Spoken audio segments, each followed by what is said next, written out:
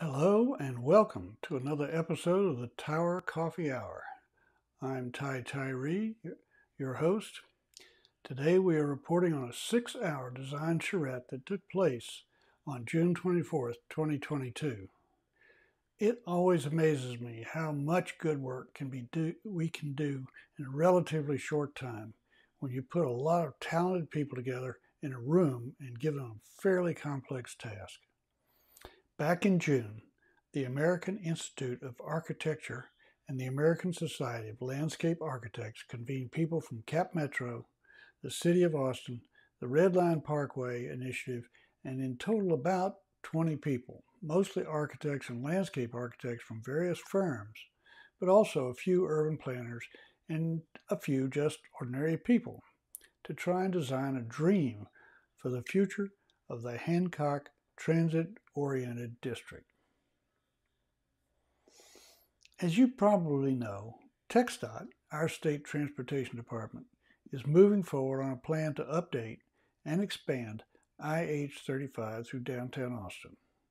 Their plans are receiving a lot of pushback from citizens, organizations, and even to some extent, the City of Austin government. TxDOT plans to widen the highway to 20 to 22 lanes. That works out to be between 400 and 700 feet. They will take down the elevated lanes and take land on both sides of the highway right away. Because Mueller fronts on the highway along the regional retail center north of the intersection of Airport with I-35, this will have an impact on our neighborhood. It will really impact Delwood and Wilshire Woods and our access to cross the highway on Wilshire Boulevard. There's a concept called the Hancock Transit-Oriented District, and it is a proposal to redevelop the area around IH-35 from the intersection with Airport down to about 41st Street on both sides of the highway. This would include the property currently housing the former Sears Roebuck store, but may not include the HEB site. As you can see on the map, this area is served by the Red Line commuter rail, and the Red Line Parkway Initiative is planning the regional bikeway along this corridor. Cap Metro is currently serving this area with bus routes 322, 345, 350, and 10, and plan to route the Metro Rapid GO line through the area and potentially add a rail station on the Red Line. The concepts that the four teams put together and the process that moved from maps of what is to drawings of what could be were pretty intriguing.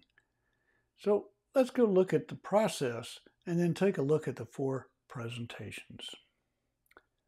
There you go. Let's see how this goes. Yeah. Marrying the ideas. No. I would never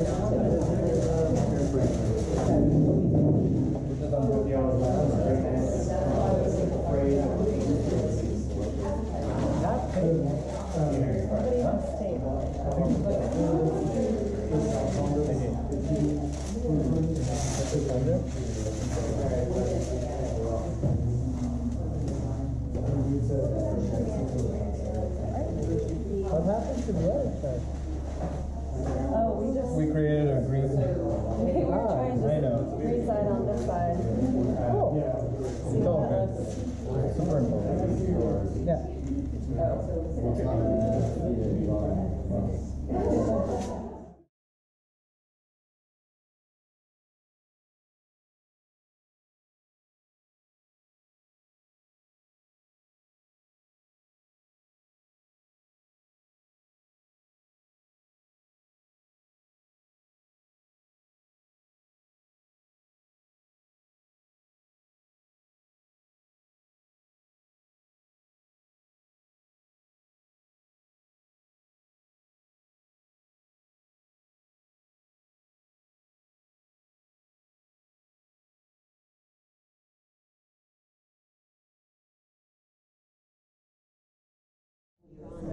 pencil anymore. Right, yeah. We had to draw, like, this first semester, this succession of, like, grading exercises where you had to do 24 by 36 sheets and had to do, like, all these existing versus proposed contours. And so it was moving HEB to be kind of this large mass against the freeway to kind of anchor that space, planning for central health and a phase 2 potentially, having a missing middle townhome to mediate between single family housing and this large complex, and then building up retail along the corridor of 41st and Red River, and then having some smaller like fourplex houses here with a central green that has stormwater management and capture along the parking lots and in the center plaza. So the buses would come in, have the transit station here, and then circulate back out. So then this becomes an entire pedestrian promenade to another pavilion or even buildings that is a cap on the freeway, and then making this entire 1,300 feet a cap to capture green space, and then having light wells. We have a section of like what that could look like, bringing you know, more of a sculptural element to the cuts that would be ventilation, as well as diffuse light for drivers underneath. And then pulling the 41st Street right-of-way is massive currently, so making that more of a bike boulevard, bringing that across to terminate in this transit station, which we are naming after the rock shop, which is currently here. So they get prime tenant space in the station. But then having back, you know, this would be a shared street as you cross into the Cherrywood neighborhood, and affordable housing and retail in this block. Also pushing Fiesta, which you know, they have a big front parking lot, pushing that space in to get a little bit more townhomes and missing middle housing, as well as a Texas donut kind of on the freeway. So then moving south into the airport interchange, this becomes the station for the Red Line. And then from this station, pedestrians can start to pull into the Cherrywood neighborhood and link up via surface streets to existing creek trails, and you know, pulling a walking trail kind of through and along airport to kind of bring more greenway circulation through there, as well as pulling a greenway along the Red Line as it continues further north, having some vegetative buffers. And then having the stitch as well across with the adjacent to the rail line, and then having a gap within the freeway, some more vegetative buffer, and then turning from, instead of having multiple ramps in this spooey situation, just turning this into a standard urban interchange. Like you come up, you have a stoplight, and you start to turn at all, you know, all 4 of those, and then continuing on airport, cutting off that proposed connection of 45th through and making that another development. So starting to mass out larger multifamily, multi-use retail. Gotcha. And then another bridge at 46th. Thanks. Any questions? Why did you decide to put the station on this side of the highway and also so south? I think we saw that as the link, you know, it's kind of at the nexus between these two community centers. So having the station be at the terminus of the transit plaza, and keeping that at the center of kind of like this, you know, butterfly, as well as just making that, you know, a physical link to the cap. I think we felt like this move was really strong, and then, you know, starting to programmatically link those two as just like a complete district. So having the station as that nexus was kind of the strongest move. You know, I agree. We like initially we were looking at putting the station over the highway, and our concern was that was sort of putting it as far as possible from any other use. And then when we started to, you know, use that access to really draw these two together, that became the focal point more so than this, and that's really what led to the decision to shift it. I think that, what happens on the cap? Is it park space or just a Park space, we were looking at some sort of architectural element to really frame that view. That could, there could be third space, market space, public restrooms, but sort of programming that would be supportive of, generally being the green space that connects these two TOD areas. And how do you address the service road? Like, isn't there a service road that comes through? We're honestly, we're a little, the service road is a bit of a question because we weren't sure whether it goes under the red line trail. So we're sort of assuming that it has to go under the red line. So we'd basically be capping over the service road. All right. And then it sort of emerges back out from that. And we had a tough time drawing this, but we were looking at the Olympic Sculpture Garden in Seattle as a case study of how we might use the landscape to kind of cover up some of those portals and make up the grades. Or from the Red River corridor, and we were also thinking about this green space connecting at least thematically to Hancock Park. Wow, you guys are really comprehensive. The HEB move in particular was to draw, put that on the main arterial where it'd be easier to access, and also limit the amount of freight traffic that has to enter the site. Yeah, just running it off of 41st. And the structured parking adjacent to HEB? Yeah, so we were using the model from the HEB in the Heights with the structured parking and actual, we're showing residences on top of the HEB in this configuration. It could also be a potential park and ride for transit. Any other questions? I would just say that HEB is going to expand, so there is an argument to say that if they're going to put money into a renovation expansion, why not just put it in a better location for the city or for the development? Yeah. So if there's justifiable reasons to move it, now's the time to tell them. I know this is out of the box, so take this with a grain of salt. How do you feel about Cherrywood residents and the station kind of butting up next to their neighborhood? Do you think there'd be some NIMBY interactions, or you think, just as a general statement, do you think some people would want it, some people wouldn't want it? Are we recording this? I don't want to write it. Okay. I mean, you can choose not to answer. Also, I should say too about the station is that we were trying to keep the bulk of the station circulation interior between the rail and the freeway. So having just a simple walkway and either a bridge to get over. So keeping this east side of the station pretty minimal footprint. Okay. I think Katie makes a good point there. Yeah, the rail is already running the service. So That's true, yeah. You're already running freight on that Yeah. in the evenings. You're already running service. There aren't any cross streets anywhere that would trigger a horn. So in terms of noise, the impact on the neighborhood is probably negligible. So then, as Katie pointed out, using this Paseo, it's a fire lane doubling as a pedestrian street to make the connection. You're not bringing any vehicle traffic or other movements into the neighborhood itself. That's a great answer, and I think that kind of sums up the point of design, the best solution. There's a slight problem with that statement in that Wilshire Boulevard does in fact cross the railroad tracks there by the U-Haul and the rock shop, so they would have to look at that and see how they would fix that. Has workarounds to make it beneficial for everyone. So if there's nothing else more to say,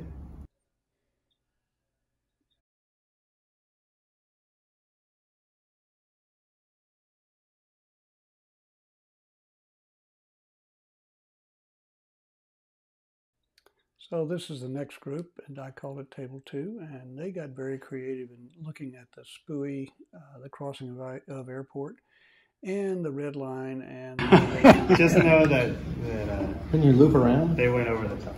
Good job. Yeah, good job, guys.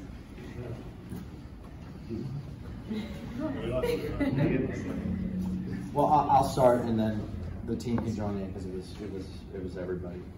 So, see if I can read upside down. We have some principles over here because it's kind of really hard. You mentioned that. Sorry, you mentioned it's really hard. There's so much going on vertically in this solutions that it's really hard to depict in a plan. But anyway, these are our sort of goals, and we put it down so that when somebody looks at this, they can kind of try to understand what we're depicting here. But the idea is we're going to want to widen any pedestrian underpasses that we have so that light can come through and people feel more comfortable going under, not walking through a skinny tunnel, but a wide tunnel 2 or 3 times what the normal one is. We wanted to activate and utilize the space between the spooey. And I guess you mentioned triple decker or whatever. So we have the Airport Boulevard on one level, we have the depressed highway on another level, and we have our pedestrian circulation kind of going under Airport, but over the highway. And then somebody from Cat Metro came by, and Lonnie mentioned about all the bus routes that are going to be around here, and they end up all ending somehow circulating to this zone over here. So we spent a lot of time talking about the circulation here and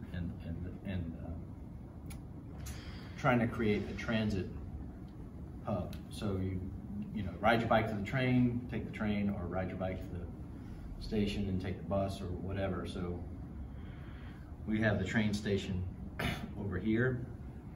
We had something that means we're going to take over some of the right of way from Clarkson Avenue, and that will become just a fire access and not a through street anymore. And we have so this bus lane is going to come through the development, and you can drop off here. There could be a bus station as part of the development somewhere inside. And then the Red Line Trail comes over in a spectacular threaded bridge, a la The BP Bridge, Millennial, Chicago, sort of a spectacular architectural element, and then landscaping around that. So the idea is to try and forget that you're surrounded by cars and just get from one place to another. Transit, different modes of transit, bike, cars, trains, pedestrians, and then the connection over here, we felt like the cap was maybe a little bit misplaced, and it could be straddled, assuming the clearances over that, to make a connection to the neighborhood with some active. That's a great point. Entry. So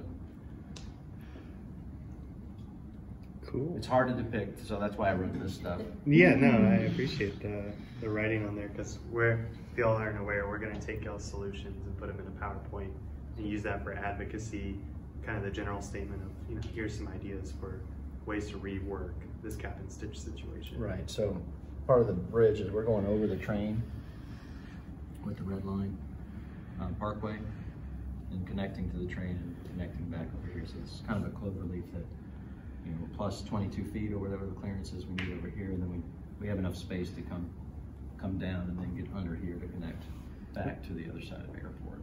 So maybe part of the concept was, it seems like TxDOT's not getting rid of the spooey, and so to improve the pedestrian connections through that spooey by lowering it so you don't have these switchbacks as you are at grade and then you lower down to clear under the free rights or under Airport Boulevard, then come back up to go across the spooey interchange. And then it just seemed like there were a lot of convoluted paths and people were going to take the path of least resistance, create their own, cut through that free right, risk injury or potential crashes. So by lowering the pedestrian realm below Airport Boulevard but above the highway, kind of eliminated that need to, you could create a daylighted by having those kind of enhanced aesthetic opportunities that won't really be used for much because of the paths and the odd shapes that's created for landscape. If you lower it, you can create a more intentional design.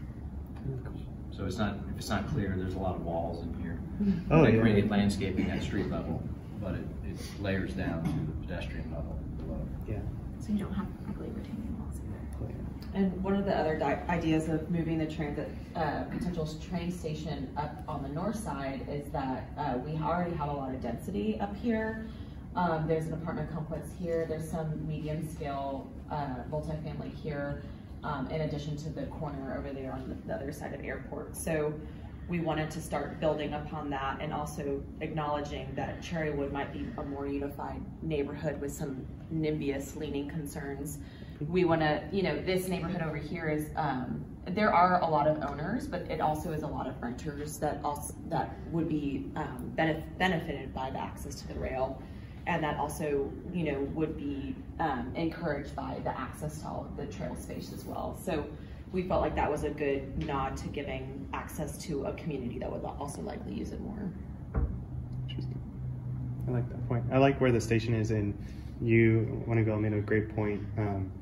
Right where that transit node is, putting the station and the bus gives you more crossover, especially at that intersection. No matter how they end up using Clarkson, if there's a train station there and just 500 feet away, there's all those buses dropping off. That's great crossover. You know, the bus is faster to get from north to central Austin, but if you wanted to go to the convention center, it might be faster to hop on the train here. So, well done. And what was your solution name? You want to read it out loud? Threading the red. Threading the red. What's the subtext? Connecting transit and pedestrians. Love it. Yeah. Amazing job.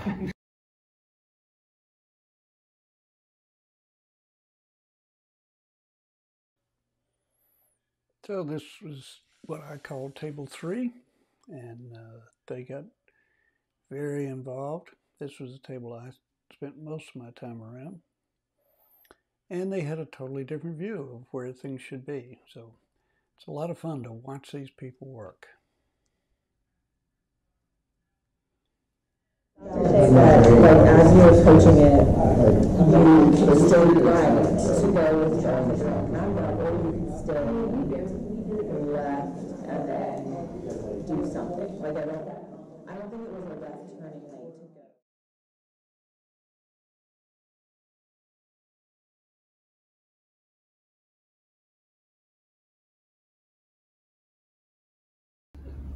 Yeah, we had a couple of big moves. Several of our big moves were similar to what other teams had described. I think to start, what we were trying to do was make some green spines that were lost with kind of the pattern of development that's there today. So, you know, some basic urban design stuff like switching how the redeveloped buildings interact with the boulevard frontage to go a long way. So instead of the sea of parking lots, you would have blocks of buildings, whether they're Texas wrap style or hopefully something more creative. But you know, getting those up towards a more reestablished grid that better connects all of the neighborhoods. Main reason being we want to connect people into the stations that are coming. So for our, and feel free to jump in anytime, guys. So we had our station where on the Fiesta parcel. You know, we looked at it being on this linear stitch cap. We looked at it being here, and ultimately we just felt like, boy, wouldn't it be nice to, assuming whatever redevelopment happens here still includes a grocery store for the community, wouldn't it be nice to be able to get to your station, get your groceries, and hop back on? And we felt like this corner just provided a lot of benefits, and also it would connect directly in with the Red Line Parkway hike and bike trail. Well, keeping the stitch to the bus, but as an inflection point between that east and west, that's the right place to put it. Yeah, the BRT area, I think because of its high frequency, we were like, it's gonna be more forgiving of delays, so it's okay if people don't get off right off of that station, but rather the low frequency bus stops that they can, in a comfortable environment, get on. And if they miss their bus, it's okay, they can wait in there. And well, we have created that connectivity that's activated on the stitch area to make that like 6-7 minute walk much more pleasant. Although another reason to place the station there was we're assuming, in addition to the thought, that there will be, because the new highway is tearing up all this west side of the highway where and there's already some development along the old Concord University. That whole corner will become densified. So we'll also give an opportunity to green this green connection we did to the new development from that logic point. Yeah, and we're thinking that, you know, you could kind of get some more green spines going in. So this green spine, I learned about some of the history about the park just on the other side of Red River, and how this, where the HEB is now, used to be an open air market and really was functioning as an extension of that park. So we felt like having a green spine going from the transit hub to the west would kind of be a nod back to that approach. And then it could also tie into, you know, we're assuming these would be slow streets, so very pedestrian and bike friendly, and then could tie into either paseos that would happen in the redevelopment and this existing neighborhood street that would provide a pretty good walking connection down to the BRT station. And then we're assuming in terms of development and uses, obviously mixed use, we had a similar concept that your team did, Brendan, and kind of like having buildings that frame that path going across the highway at 41st. Because you would want to have some lightweight, probably low-rise buildings framing out that space. So we split the stitch over here into two half pieces on either side to create like an active frontage all along that stitch. So kind of when you're walking across the highway, you don't experience any highway, and just get to have that interaction with that activated frontage. Stereo thinking. I like the layers a lot. Yeah. That's really helpful. And then it really helped to create the like common thread throughout how to connect with the slowness with this really high speed. Like it's like how do you slow it all down? So it's just this big bold gestures of green. Then it means to tie it all together. And we didn't draw it all out, but we had the similar leanings that I think every group here did for the SPUI. It could be totally simplified. And even just back to more of a traditional intersection would be a better solution than the convoluted labyrinth of shared use paths that are shown. So, if you're not familiar with the term SPUI, it means single point urban interchange. And could be a real disaster at Airport and I-35. TxDOT seems to like them. They have talked about putting two of them in on I-35, and I'm not sure it's a great idea, but you've heard the discussion. I think those were the big ideas. Yeah. So slow was our Slow green. Slow green. So is that the name of y'all's? Slow and slow. Slow and slow. In doing so, one of the things that you, like, the way you're drawing a slow street in the diagram speaks to the stitch being a continuation, not just being this, like, I feel like when we keep having community conversations where the stitch is just like, here's a stitch, right? And it doesn't connect to the rest necessarily. So the way y'all were drawing that suggests that that's part of a larger whole, the way that's not very elegant. I think there's something to be said for these two options where the station is on solid ground, as far as like the viability of adding a station there and not having to ask TxDOT for permission of building a station above their facility. As far as something happening quicker, something happening not slow. Build fast, then slow down.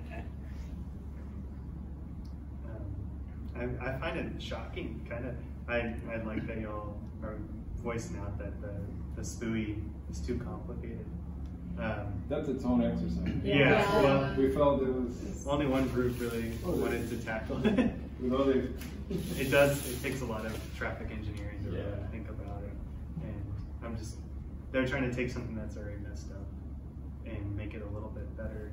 But that it's an engineer's way of trying to make it better. It's a sunk cost fallacy, right? Yes. Yeah. Where you put so much effort in engineering and traffic. So that might be the best way to put it. Yeah. Maybe it does need to just be smaller, more green, like y'all are proposing for most of this. It's really, what Matt says, sunk cost doesn't justify building more. So I always find it's always very good to find very deliberate pathways, and even if you make all this winding way, you just open them up. Even if they're lined with buildings, it's okay. when you say slow streets, are you meaning like specifically like within these regions, like the speed limit gets lowered? Well, yeah. So, really, yes, definitely for the frontage roads, removing that. But also, this street has a ton of right of way. I think another person mentioned it. It is so wide, and like you could just fit so many more. The boulevard. Yeah. I mean, this is a ton of real estate that if you widen the sidewalks and the street trees and dedicated bike lanes, you have the room to do it, and it could be less about cars, more about all that parking strolling. space should go away. Yeah. I'm just kind of mad I didn't think of it. But no, it really like brings to the foreground de-emphasizing car travel, right? It's like, yeah, it just makes so much sense to me. Like if you're gonna have a TOD, what would justify keeping the standard speed limits? This is very personal to me because I ride my bike literally every week, every other day to my mom. Like I live on Cherrywood and my office is on 51st and Airport, and I can't. I have to go through Hancock, through the back street, through that neighborhood. Yeah. It's like we can nearly run over a few times. So, I mean, well, it sounds like there's a lot of mobile commuters here, and so your voices are being heard from this exercise that, you know, cars aren't the only mode of transportation. Okay, so this is an interesting one. This is what I call table 4, but on this table was a fairly well-known architect in Austin, Sinclair Black, and Sinclair has been working for at least 10 years to try and get I-35 turned into a surface boulevard and give back 40 acres of developmental space to the city. Sinclair on our team, and you guys may know or may not know, but Sinclair's been studying he really was the founding father of the whole concept for cut and cap. And so we spent a lot of time visiting with Sinclair, and he was explaining a lot of the research and a lot of the studies. He even had some drawings that he shared with us. So a lot of it was sort of getting our team up to speed on all of the work that he's been doing, the great work that really set all of this in motion.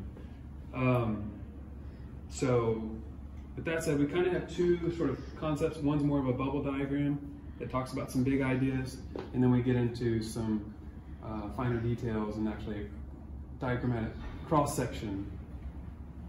Would you like to add anything, Sinclair? Not really. It does represent a lot of time and effort over the years. Yeah. So I'm glad to share it because I think it, it's been worth all the trouble to understand the principles.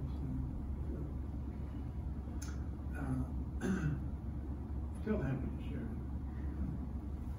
And so we named this Reconnect Hancock. Cheers. Cheers. Great.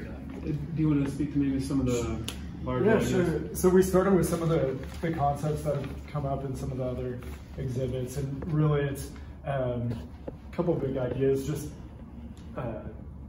reinforcing connectivity within the site, and then also opening up redevelopment opportunities. So this is just kind of a conceptual bubble diagram, but in yellow we were trying to show if HEB was to reconfigure in an urban format, like y'all's concept showed, it opens up other opportunities for residential on the site.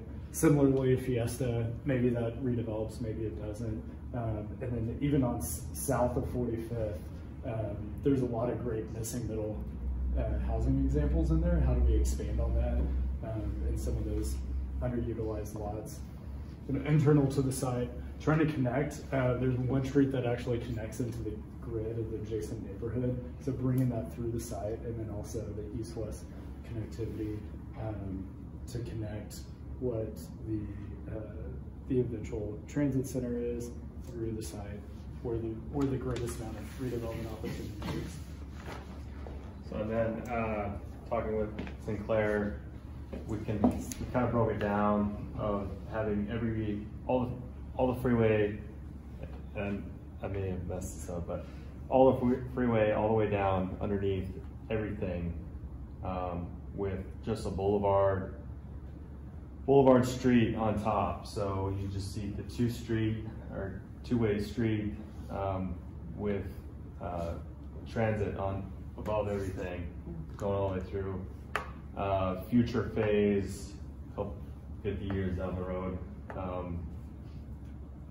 speed light rail all the way to Dallas. So, and then kind of a transit center that would go all 3 stories. Yeah. So yeah, speed rail all the way through with freeway on each side down below, and then just kind of your everyday street above, and then kind of into a neighborhood on both sides with pedestrian-friendly streets and everything on top, and then roundabout over here. So yeah, and I think the multi-lane roundabout is a cool move because it really mitigates all the negative externalities you have with the SPUI. It can facilitate pedestrian and bike a lot more in a better format. So you either have at-grade crossings where you're crossing 2 lanes, you have the center refuge, continue the next 2. If there was traffic flow that would make that not viable, we actually looked at a Dutch example where it's actually a bike and pedestrian. Do you know what it's called? Yeah, it's called the Hoven Ring. The Hoven Ring, yeah. So there's like a center tower and it's hovering above. And there was actually, by compressing it down into a roundabout, you have enough leftover right-of-way to have those approaches be pretty gentle. And so all the bike and pedestrian movements are above the traffic level without it being this convoluted series of, serpentine movements to get in and out above and below. So it's also a cool civic piece, I think. But ideally, if you could handle it at grade, that would be better. There you go. Show us your beautiful diagram. One below. One below? The top deck and you can see below. This one? Yeah. So what that shows is that at the boulevard, the thing that replaces the access roads becomes the boulevard. Yeah. Which has 70-foot median in it on the surface, and 70 feet of bus, rail, and emergency vehicles below. And so the boulevard is directly over the main lanes. And above, we've got 2 lanes each way in the boulevard, but parts of the access roads are that way now. The access roads are gone away. They become the boulevard, which I think is the fundamental thing there. The fundamental thing about this site is removing the rail, the red line. Apologies to redliners. To an elevated. So elevated red line from 51st Street down to basically as far as you can afford to go, Mainer Road, eliminates all of the conflicts across all of them. And it's, as you found out today, it's nearly impossible to make this work with the red line stacked on under or over or at the freeway, which is now a boulevard. So by elevating it and putting pedestrian and bicycle facilities there as well, you've got a civic structure which is starts with an elevated, interesting structure that runs all the way across there like a band-aid, and then it also eliminates all those conflicts. Now you can connect the red line rail with the rail in the center line of I-35. So during all this thinking about this, it seemed to me that there's only one solution to congestion, which is a sprawl suburban problem, which only grows. There's only one solution, and that's somehow ultimately to convert to rail transit for 3 counties. And so those 3 counties are connected by only one uninterrupted street center line, and that's 35. So you've got the major infrastructure is the separations. It's all there. It's real simple. You're going to rebuild and send to the highway. Just put the rail ultimately there. Put buses there now. That's simple. You know, Cat Metro can understand that.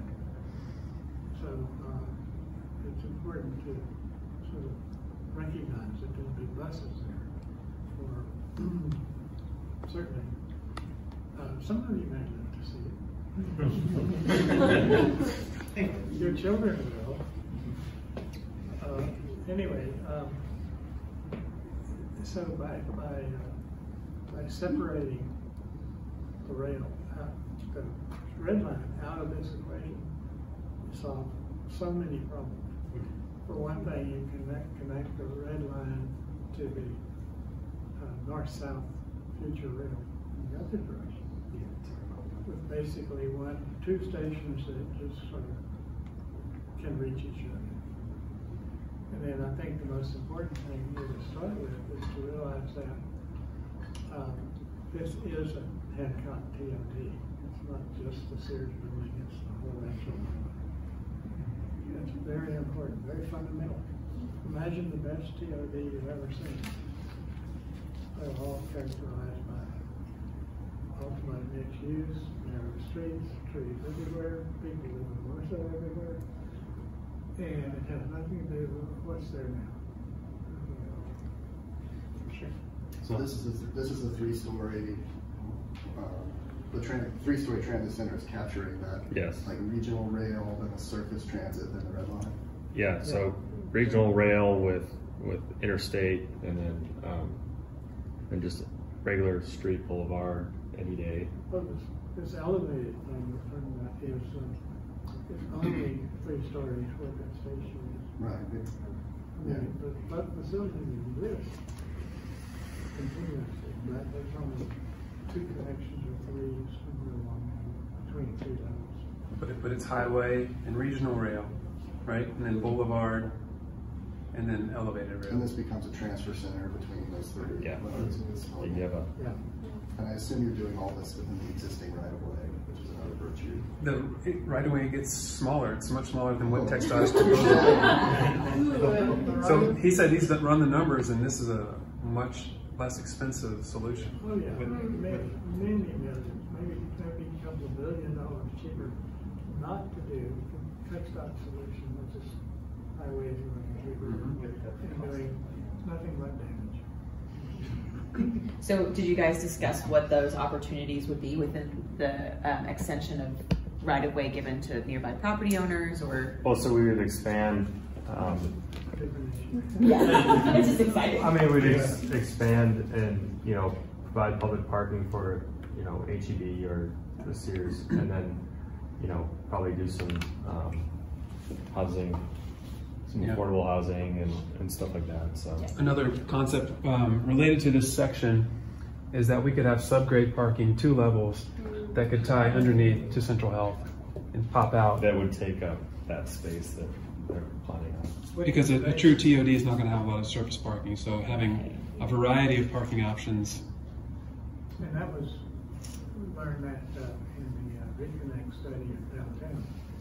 If you provide for the possibility of 2 levels of parking under all the sites created within the wasted land of the access roads. When the access roads become a boulevard, then it becomes part of the city. And but you can easily provide with a different kind of ramp, by the way. Not a ramp that divides the city from the highway, but a ramp that turns and reaches the cross street. It's back to grade on the cross street. The most valuable thing about the boulevard is the edge of every site. Right now, there are 3 barriers to that, unless you do that. One is the ramp, which can go 2 or 3 blocks before you try to get into a stream of traffic at the bottom and probably get killed. Come down to 8th Street from the car, for instance. And then but it preserves the front, the people front, to the boulevard. The boulevard section is very critical. It's 204 feet wide and includes 64 feet of sidewalks. And that's the space that the collective distributor lanes go in below. So it's all compressed down to one number, 204 feet. And the next dot solutions vary from 400 to 750. Kind of wide. And then you look at the construction cost of something as wide as that. It's talking about excavation, various retaining walls, an average of 6, not 2. Except those limitations, 204 feet, it all fits, and I can show you those diagrams to scale. Doesn't architect only to scale. So go to the website. When you see the scale. Yeah. So that's a good pitch for the Reconnect Austin. So as you're the main advocate for. Yeah. So definitely, if y'all haven't looked at it. It's awesome. Well, do look at it because it's all there. It'll take you months to go through all that. But, there's one little chapter on the cost differential, which is in the billions. They can actually be a lot cheaper for all the reasons I mentioned. And then there's all kind of comments about failed public policy. It comes down from DOT. Anyway, it's a pretty comprehensive look at the situation. If we could just get Buttigieg to step up. So, are there any questions for this? Rotate. Okay, well, that's the end of that show for today. And hope you'll have a chance to take a look at some of this and follow up on the Hancock Transit-Oriented Development and what's the future. Until the next time, this is your host, Ty Tyree, and we'll be watching what happens in Hancock.